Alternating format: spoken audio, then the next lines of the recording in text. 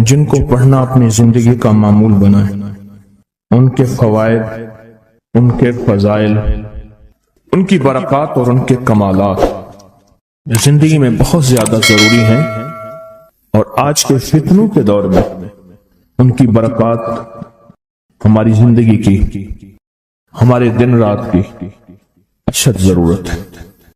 حدیث میں آتا ہے جو شخص نماز فجر کے بعد 3 مرتبہ سبحان اللہ العظیم و بحمدہ پڑھیں، سبحان اللہ العظیم و بحمدہ، سبحان اللہ العظیم و بحمدہ، سبحان اللہ العظیم و بحمدہ، جو پڑھے گا وہ 3 بیماریوں سے محفوظ رہے گا، اندھا نہیں ہوگا، کوڑ جلدی بیماریاں نہیں ہوں گی، اس کو جلد کی کوئی بیماری نہیں ہوگی، معذور نہیں ہوگا، فالج نہیں ہوگا۔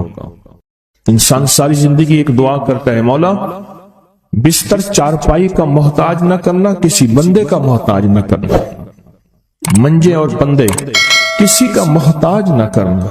جو شخص فجر کی نماز کے بعد، جیسے کہ تسبیح خانے میں اس کا اہتمام اس لیے کرایا جاتا ہے کہ یہ ہماری طبیعتوں، مزاجوں، بولوں اور جذبوں میں آ جائے اور ہم اس کو روزانہ پڑھنے والے بن جائیں اور روزانہ پڑھنا اس کو اپنا معمول بنائیں۔ سبحان اللہ العظیم و بحمدہ، سبحان اللہ۔ اور ایک اور حدیث میں ہے کہ 2 کلمے ایسے ہیں جو اللہ کو بہت محبوب ہیں، زبان پر ہلکے ہیں، اعمال میں بہت وزنی ہیں، ترازو میں بہت وزنی ہیں، اور وہ 2 کلمے کیا ہیں؟ سبحان اللہ العظیم و بحمدہ۔ اور آقا کا فرمان ہے، جس نے کہا سبحان اللہ العظیم و بحمدہ، اس کے لیے جنت میں کھجور کا ایک درخت لگ گیا، اور جس کے لیے لگا تو پھر وہاں جائے گا، کھائے گا۔ لگا میرے لیے، کھائے کوئی اور۔ سوچیں، جنت میں کھجور کا درخت لگا ہے تو اللہ پاک پھر اپنی رحمت اور قدرت کاملہ سے اس کو بھیجے گا اور وہ انشاءاللہ کھجور کھائے گا۔ یہ دعا اس لیے پڑھتے ہیں، ایک تو بیماریوں سے حفاظت، اندھے پن سے حفاظت، معذوری سے حفاظت، جلدی بیماریوں سے حفاظت۔ ایک تو اس لیے پڑھتے ہیں، اور ایک اس لیے پڑھتے ہیں کہ اس کے ایک دفعہ پڑھنے سے جنت میں اللہ کھجور کا ایک درخت لگا دیتا ہے۔ اور سنیں، رسول اللہ صلی اللہ تعالی علیہ وسلم نے فرمایا، جو شخص بھی سبحان اللہ العظیم و بحمدہ ایک دن میں 100 مرتبہ پڑھتا ہے تو اللہ اس کے گناہ مٹا دیتے ہیں، چاہے گناہ سمندر کی جھاگ کے برابر کیوں نہ ہو۔ ایک تسبیح جو شخص پڑھتا ہے۔ رسول اللہ صلی اللہ تعالی علیہ وسلم ایک مرتبہ صحابہ سے فرمایا، آپ نے فرمایا کہ سبحان اللہ العظیم و بحمدہ 100 مرتبہ پڑھو، جس نے 1 مرتبہ پڑھا اس کے لیے 10 نیکیاں لکھی جائیں گی، جس نے 10 مرتبہ پڑھا اس کے لیے 100 نیکیاں لکھی جائیں گی، اور جس نے 100 مرتبہ پڑھا اس کے لیے 1000 نیکیاں لکھی جائیں گی، اور جو زیادہ پڑھے گا اللہ رب العزت اسے زیادہ عطا فرمائیں گے، اور جو اللہ سے بخشش طلب کرے گا تو اللہ ضرور اس کو بخشش عطا فرمائیں گے اور اللہ اس کو بخش دیں گے۔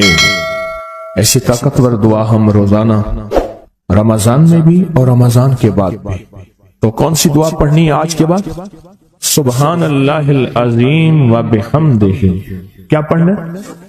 یہ دعا روزانہ کو اپنے معمولات میں، اپنی تسبیحات میں، اپنے معمولات میں، اپنی عادت اور عبادت میں شامل کر لیں تو انشاءاللہ فائدہ، نفع اور بہت زیادہ۔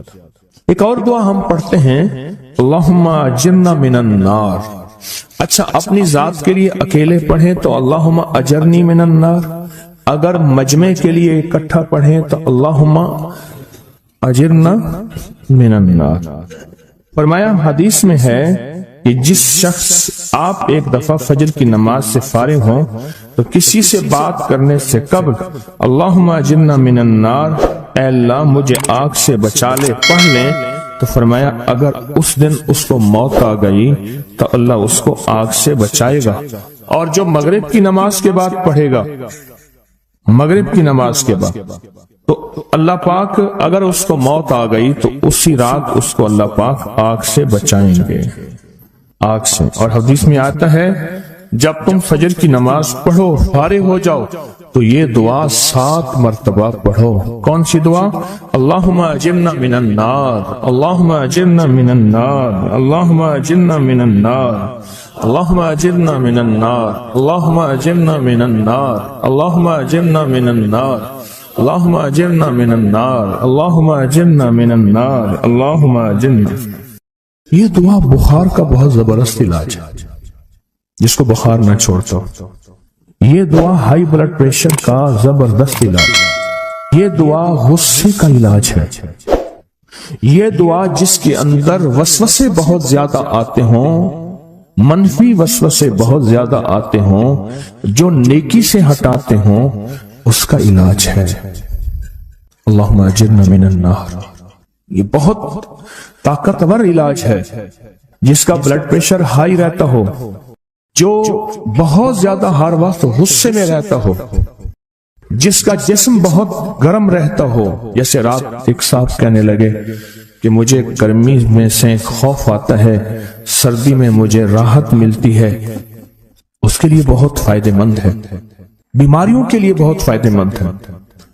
ایک عمل ہے بہت طاقتور اور بہت زبردست عمل ہے، اور پوری دنیا کو اس عمل سے بہت فائدہ پہنچا ہے کہ 2 رکعت نماز نفل پڑھ کے 3 بار سورۃ یاسین پڑھے، اور جو اللہ سے مانگے اللہ عطا کرتا ہے۔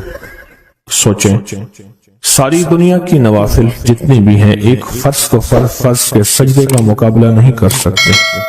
ساری دنیا کی نوافل فرض تو فرض ایک سجدے کا مقابلہ نہیں کر سکتے۔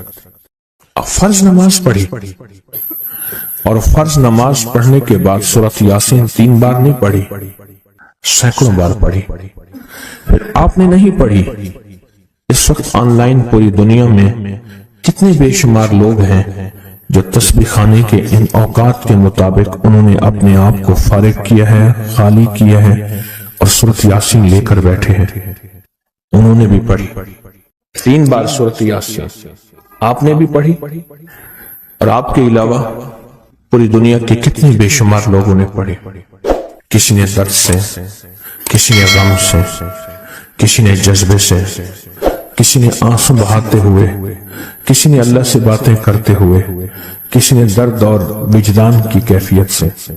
یہ لمحہ قبولیت کا ہے، یہ لمحہ قبولیت کا ہے، اور اس لمحے دعائیں قبول ہوتی ہیں، فریادیں پوری ہوتی ہیں، آسیں امیدیں بر آتی ہیں۔ یہ بہت قبولیت کا لمحہ ہے، اور یہ بہت مقبولیت کا لمحہ ہے۔ اس عمل کے بعد سورۃ یاسین پڑھی جائے۔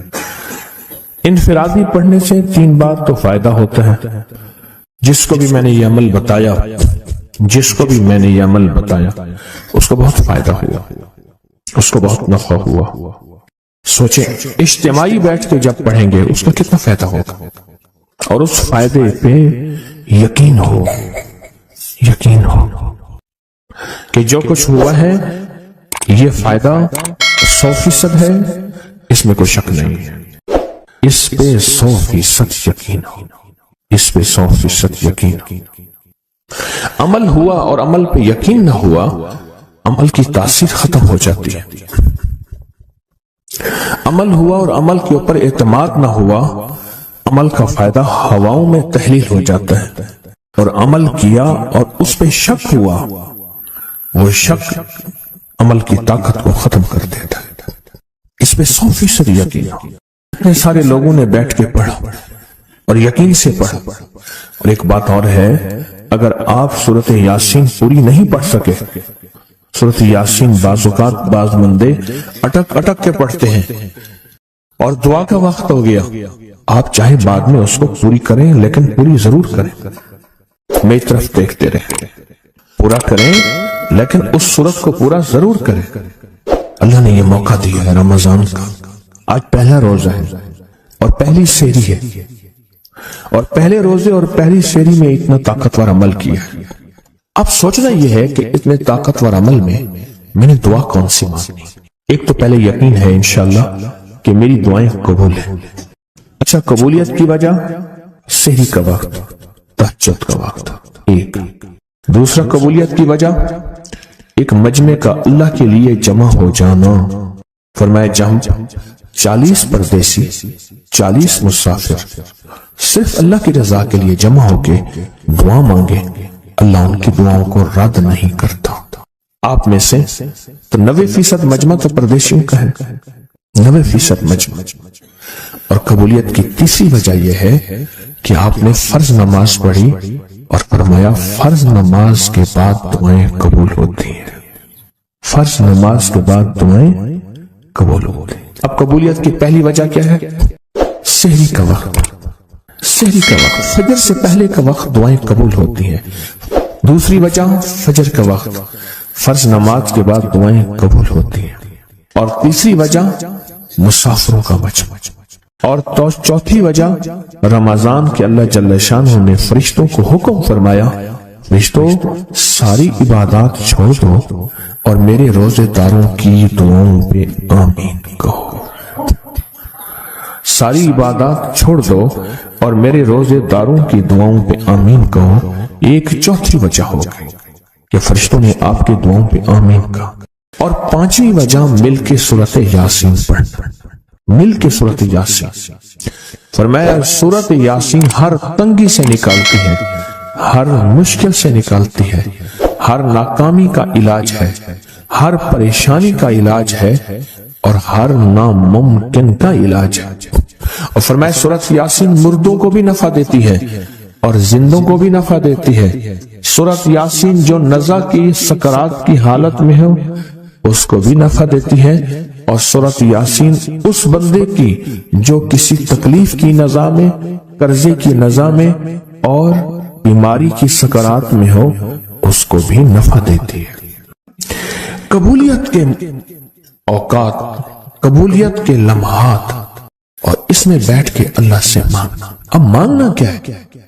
یہ تو یقین ہو گیا کہ انشاءاللہ ہماری آج کی یہ محفل، آج کا یہ بیٹھنا، آج کا یہ پڑھنا اور آج کا اللہ کی بارگاہ میں یہ حاضری دینا 100% انشاءاللہ قبول ہے.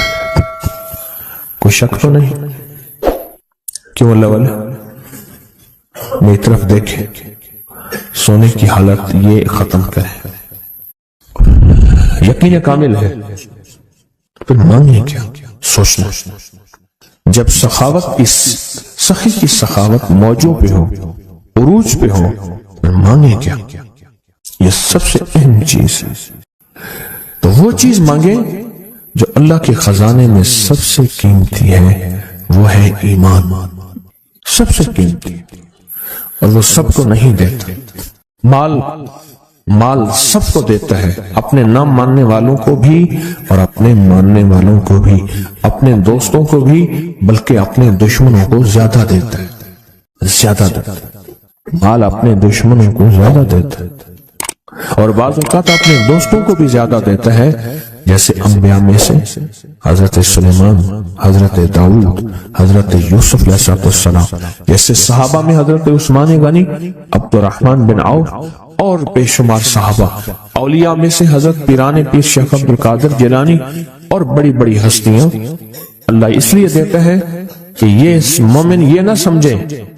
تو سب سے پہلی چیز جو اللہ سے مانگنی ہے وہ ایمان مانگنا ہے. ساری دنیا مل گئی، سارا مال مل گیا، ساری حکومتیں اور ساری چیزیں ملی، ایمان نہ ملا تو ہم گھاٹے میں رہ گئے. ہمارا سودا گھاٹے کا سودا تھا. ایمان نہ ملا. اللہ سے سب سے پہلے ایمان مانگنا.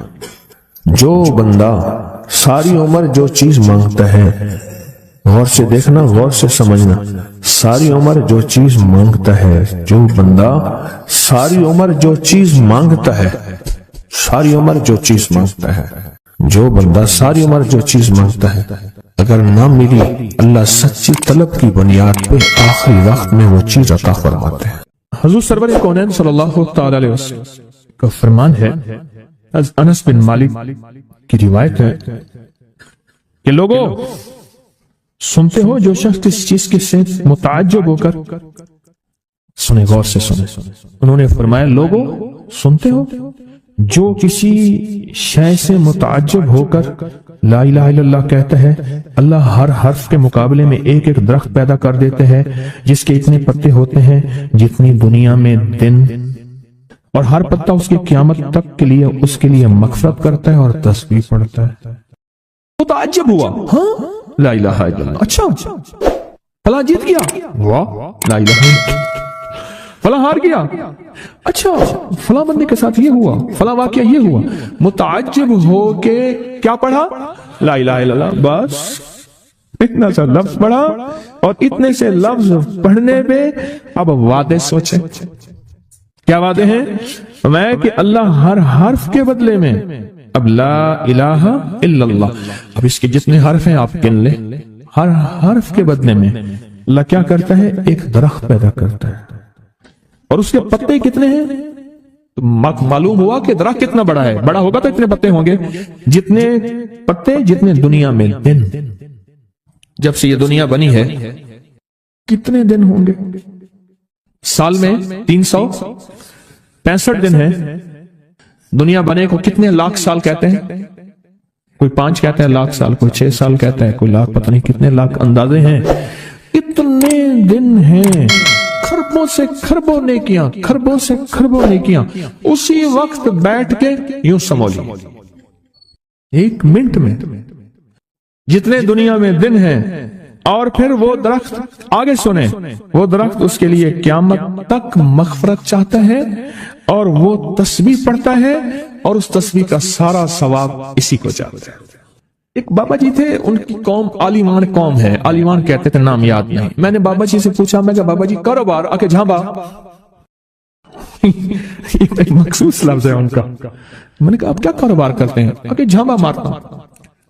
جھانبا اصل میں کہتے ہیں درخت کا ایک بہت بڑا لڑا اور شاخ ہو، اس کو جب گھسیٹیں گے تو اس کے ساتھ پتے، چیزیں، شاخیں، تنکے، بہت سی چیزیں اکٹھی ہو کے، سمجھ گیا نا، اس کے ساتھ آتی ہیں، اس کو آپ گھسیٹتے جائیں، جو کچھ دھاگا پڑا ہے، رسی پڑی ہے، شاپر پڑا ہے، لفافہ پڑا ہے، اسی کے ساتھ سمیٹتے آئیں گے، تو وہ بہت سی چیزیں ساتھ لے آتا ہے۔ میں نے اس سے پوچھا کاروبار کیا ہے؟ کہہ رہا بس میں جھانبا برینا، بات والوں نے بات، وہ جھانبا کیا تھا؟ وہ 3 چیزیں بیچتا تھا، بازار کے ایک کونے سے دوسرے کونے تک۔ دانتن نہیں ہوتا یہ خواتین، اس کے گلے میں ہوتا تھا، ساتھ ایک کٹر ہوتا تھا، ایک وہ بیچتا تھا، دوسرا عطر ہوتا تھا جس کو بارے کہتا کپڑا پھٹ ونجے خوشبو نہ ونجے، اس کے بعد میں الفاظ تھے کپڑا پھٹ جائے خوشبو نہ جائے۔ تیسرا کوئی سرما تھا، وہ بیچتا تھا، شہر کے دروازے ایک بازار کے چلتے پھرتے ایسے، اس کو وہ جھانبا کہتا تھا۔ وہ کہتا تھا بس تھوڑی دیر کام کرتا ہوں، روزی بن جاتی ہے، میں آتا ہوں۔ یہ ایک دفعہ جو کلمہ پڑا، اس پہ اتنا بڑا جھانبا لگا، متعجب ہو کر، تعجب میں آ کے ایسی تعجب، اچھا لا الہ الا اللہ۔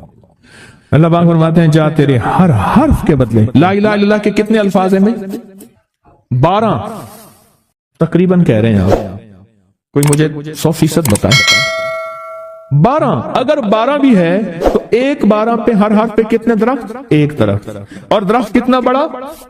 اتنا بڑا کہ اس کے پتے اتنے ہیں جتنے کائنات کے دن ہیں، عدد خلق ہی ورضا نفس ہی وزینت عرش ہی ومداد کلمات ہی، جی 12 اس کے حرف ہیں، تو آپ نے تو بیٹھے بیٹھے کمائی کر لی۔ یہ مومنانہ مزاج ہے، مومن چلتے چلتے اپنی آخرت کی کمائی کرتا جاتا ہے، چلتے چلتے اپنی آخرت، اپنی دنیا۔ اچھا پھر ایک اور فائدہ ہوگا، جتنی اس کے لیے درخت پتے تسبیح کریں گے اتنا اس کی نیکیوں میں اضافہ ہوگا، اور جتنا نیکیوں میں اضافہ ہوگا اس کی رحمتوں کے یہ نور میں آتا جائے گا، اور جتنا نور میں آتا جائے گا اس کی بلائیں، آفتیں، مصیبتیں ٹلتی جائیں گی، اور جن بلاؤں، آفتوں، مصیبتوں کو جادو، جنات، نظر بد، بیماریاں، تکلیفیں، حادثات، گلیاں بند ہونا، راہیں بند ہونا، رزق بند ہونا، صحت بند ہونا، مشکل، یہ سب ایسی ٹلتی اور کٹتی اور ہٹتی جائیں، ایسی ہو جائیں۔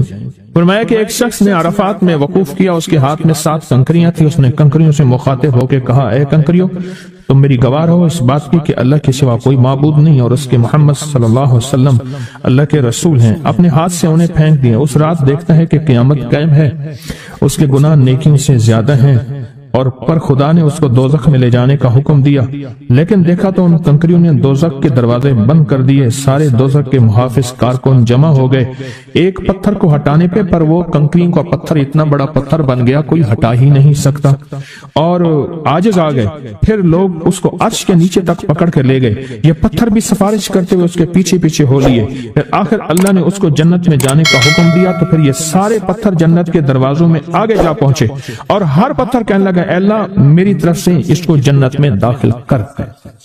ہر پتھر سفارشی بن گیا۔ ہے کہ جو بندہ سارا دن ذکر کرتا ہے، جو درخت ہوتا ہے وہ اس کے لیے قیامت کے دن گواہی دے گا، پہاڑ ہے وہ گواہی دے گا، پتھر ہے وہ گواہی دے گا، زمین ہے وہ گواہی دے گا، حتیٰ کہ یہاں تک فرمایا کہ وہ پہاڑ جھومتا ہے، وہ جگہ جھومتی ہے جہاں اللہ کا ذکر ہوتا ہے اور جھومتی ہے، اور دوسرے پہاڑوں دوسری جگہوں پہ فخر کرتی ہے کہ مجھ پہ وہ بندہ آیا ہے جو اللہ کو یاد کر رہا ہے۔ حتیٰ کہ جو بندہ اللہ کو یاد نہیں کرتا، چیونٹیاں اس کی منتیں کرتی ہیں، کیڑے مکوڑے، سانپ، بچھو، مچھلیاں اس کی منتیں کرتی ہیں، اللہ کو یاد کر لے ورنہ عذاب آئے گا، عذاب میں جہاں تو رگڑا جائے گا وہاں ہم بھی رگڑے جائیں گے۔ ایک بندہ وہ لوگوں کے سامان اٹھاتا تھا، اس کے پر خچر تھا، ایک جگہ سے دوسری جگہ لے جاتا تھا، نمازی نیک آدمی تھا، غریب مزدور تھا۔ ایک دفعہ ایک لولا لنگڑا بندہ آیا اور کہنے لگا، مجھے اپنے خچر پہ بٹھا کے فلاں جگہ پہنچا دے، اتنے پیسے تجھے دوں گا۔ پیسے بھی معقول تھے۔ اس نے خیر اس کو پکڑا، سہارے سے بٹھایا۔ چلتے چلتے نا 2 راہیں آ گئے، 2 راہیں۔ ایک راہ وہ تھی جہاں ساری دنیا جاتی تھی، ایک راہ وہ تھی جو سنسان تھی۔ وہ معذور آدمی کہنے لگا، اس سنسان راستے کی طرف چل۔ سنسان راستہ، انہیں کہ میں تو ادھر سے جاتا ہوں، میرا معمول تو ادھر ہے، میں تو ادھر نہیں جاؤں گا۔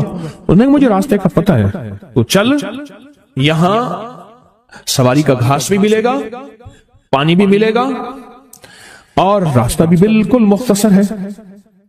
ٹھیک ہے۔ آگے گئے تو وہ ایک وحشتناک جنگل آیا، اور وہ جو بندہ تھا معذور، وہ ایک دم خچر سے اترا، اور وہ ٹھیک ٹھاک تھا، اس نے خنجر نکالا اور اس کو قتل کرنا چاہا۔ تو اس نے کہا، مجھے قتل نہ کر، تیرا مقصد مال ہے، چیزیں ہیں، مجھے چھوڑ دے۔ انہیں کہ نہیں، میرا اصول ہے، یہ دیکھ لوگوں کی کھوپڑیاں پڑی ہیں، ہاں، میرا اصول ہے، میں پہلے بندہ مارتا ہوں پھر اس کا سامان لیتا ہوں، میرا اصول ہے۔ اس نے کہا کہ نہ کر، منتیں کی انہیں۔ اچھا، اس نے کہا مجھے 2 نفل پڑھنے دے۔ ہنس کے کہنے لگا، اور بھی بڑے آئے تھے 2 نفل پڑھنے والے، تو بھی پڑھ لے۔ اب یہ 2 نفل کے لیے کھڑا ہوا، اوپر ظالم خنجر لے کے تقاضا کر رہا کہ جلدی کر، میں نے تمہیں قتل کرنا ہے، میرا اصول ہے۔ اسے کچھ سمجھ نہیں آ رہی، تو ایک دم اس کے اندر منہ میں زبان آئی، امن یجیب المضطر اذا دعا۔ ایک دم یہ آیت آئی، کون ہے جو بے چین دلوں کی دعاؤں کو سننے والا ہے؟ کون ہے جو بے چین دلوں کی دعاؤں پہ پہنچنے والا ہے؟ کون ہے جو بے چین دلوں کی دعاؤں کو قبول کرنے والا ہے؟ بس یہ آیت کہی، اور نفل بس پڑھ ہی رہا تھا تو وہ تقاضا کیا، اس کا خنجر بڑھنے لگا تو ایک آواز آئی، رک جاؤ۔ آسمانوں سے آواز آئی، رک جاؤ، کڑکدار خوفناک آواز تھی۔ تو یہ جو خچر سوار تھا یہ رک گیا، پھر آگے بڑھنے لگا، پھر دوسری بار آواز آئی، رک جاؤ، پھر بڑھنے لگا۔ ایک گھوڑدار آیا، ایک گھوڑ سوار آیا، اس کے ہاتھ میں ایک غرض تھا، اس نے اٹھا کے اس کو مارا، اس ظالم اور قاتل کو، اور وہ گرا، اور جہاں وہ گرا تو وہاں آگ کے شعلے۔ اور وہ جب جانے لگا، یہ کہنے لگا، اب کون ہے؟ کہا، میں اس آیت کا غلام ہوں، موکل ہوں، موکلات، اس آیت کا غلام ہوں، موکل ہوں۔ جب اس نے پہلی دفعہ یعنی میں فرشتہ ہوں، پہلی دفعہ اس نے تقاضا کیا، میں 7ویں آسمان پہ تھا، میں نے وہیں سے آواز دی، رک جا۔ جب دوسری دفعہ اس نے تقاضا کیا، میں پہلے آسمان پہ تھا، میں نے وہیں تقاضا کیا، رک جا۔